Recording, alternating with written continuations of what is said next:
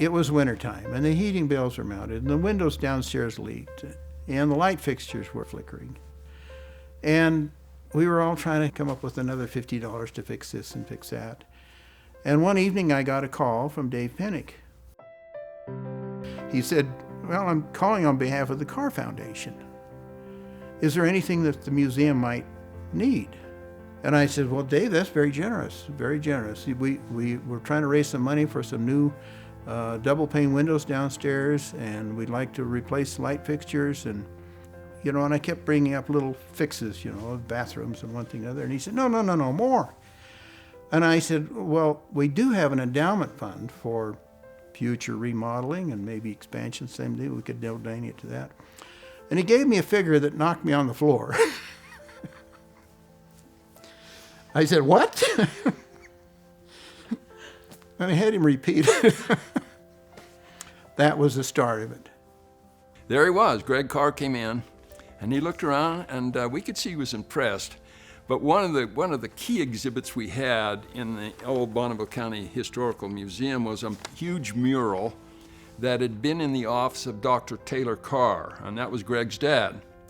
And he saw that mural on the wall, and I could see he was very, very impressed. And to think, I couldn't believe that here we started in one room in the courthouse, one dinky little room, which no longer exists. I took Jeff Carr over, and we tried to find it. They showed us about where it was. It's been completely remodeled. What we have now started with that one room, and it just grew. And one can only ask, what's going to happen in the next 20 years? The beginning of the Museum of Idaho begins with Greg Carr. He had been talking to Lois Nickham, the wonderful volunteer director of the Bonneville Museum, there in the Carnegie Library building, and they had their ideas about making the museum more accessible. And Greg took that and had this idea of building such a large, aggressive museum.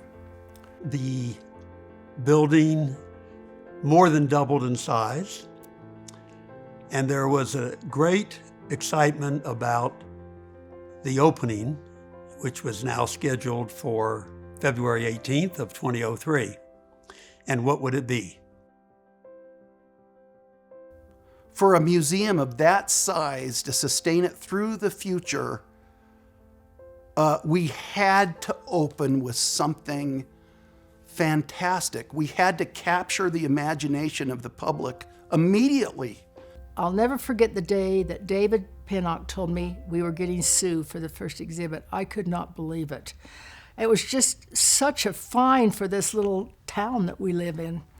And so we needed to get going on that, and we needed to have docents to work there. And so myself and Shirley McBride, we got to work finding volunteers to work the shifts at the museum.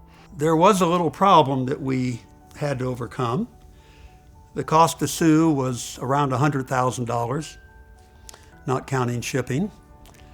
And the Field Museum required a $25,000 down payment. We had zero money, no money to pay for it.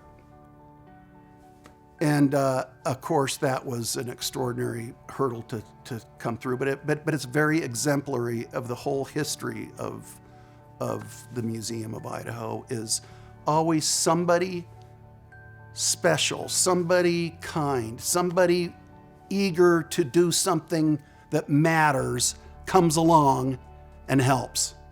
And in this case, of course, it was the CHC Foundation. I mentioned how we had to raise all that money to make it functional. One of the big contributors was the CHC Foundation, that wonderful local foundation that's had such a big influence on all of eastern Idaho. It was an exciting time. And for 3.5 months, in February through May of 2003, we averaged 1,000 visitors a day. And I'll never forget the press conference earlier in the day that before the gala event in the evening. And the governor saying to the media, "This is the Museum of Idaho." And to have the governor say that just reverberated. So David Pinnock and the staff grew. We just kept going exhibit after exhibit, and it continued to hire people, which was really good because that allowed me to do less and David to do less. But there was never any stopping. It was always to do more. To expand the museum, if we were going to continue with this exchange of exhibits over and over again, we had to have a new facility that could support it through time. Then there was an effort to get the National Endowment for the Humanities to give us a grant, and we tried for that grant. David really led the charge for that for a number of years, and we were turned down every year. So finally, we asked Representative Mike Simpson if he could possibly help us. And Mike Simpson sat on the Appropriations Committee, and the chairman of the National Endowment for the Humanities would listen to Mike Simpson. And Congressman Mike Simpson invited him to come to Idaho Falls, and he agreed. And we brought in about 25 people who had been with the museum, not as a staff and not as a volunteer, but had interacted with us and could tell this chairman in front of Congressman Simpson and gave a testimonial of why this institution was so important to the people of eastern Idaho and the people of Idaho. And lo and behold, a couple months later, we got that $500,000 expansion grant. That grant was a 3-for-1 matching grant. So you had to match it 3-to-1, so $500,000, you had to bring in 1.5, which would get you to $2 million, and we already had a family that was willing to put up $1 million. I love the museum. I'm so proud of the museum. I fought heavy-duty battles when I was on the city council to get money to run the museum. Wasn't always as successful as I wanted to be, but anyway, it was a great, wonderful opportunity. My husband and I were volunteers too, docents. Each new exhibit, it's exciting to see the new people come in and the look of awe on a lot of faces. I was lucky and got to help set up some of the exhibits. The volunteers are the museum. It's like so wonderful that these people come and help out. If you can volunteer just even for like one 4-hour time, just so you can learn about the stuff, just so you can see how wonderful it is from the inside. The 20 years here, the museum has had a big impact on the community, and that impact is paying off. I do talk to a number of the parents that come in with the students, and they came in as students themselves. So anybody that is listening and is really wants to feel good about participating, contribute both financially and your time, or both, one or the other, take your pick. It's a quality organization, and I can say, in my opinion, will be that way for a long time. The 20th anniversary of the middle section of the museum, it's really important to get people to come, both as patrons and as volunteers to help with the various projects. I think this is the biggest museum in Idaho. It is not publicly funded. It depends on donations and ticket sales to survive. So come by, come often, bring your friends, and enjoy. To be a museum is really an educational institution for everyone. We have now doubled the size of the education department because that's truly who we are. We're an educational science and education center. Once that expansion was done, we had to then turn our focus on the Way Out West, a culmination of 5 years of work by the museum staff.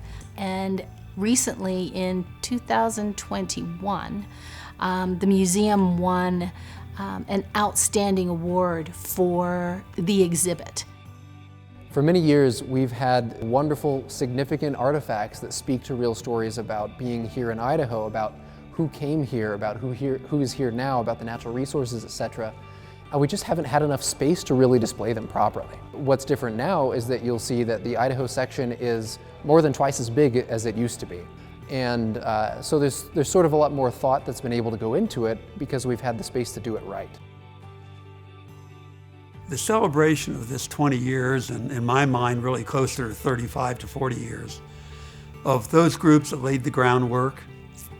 And now we have this new group that is taking what was done by those two former groups, if you will, and running with it and doing an incredible job. And so we have a lot to celebrate. We are all motivated by this notion of constant improvement.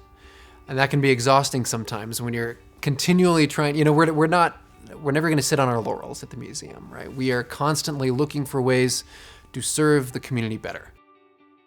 Congratulations to the Museum of Idaho on your 20th anniversary.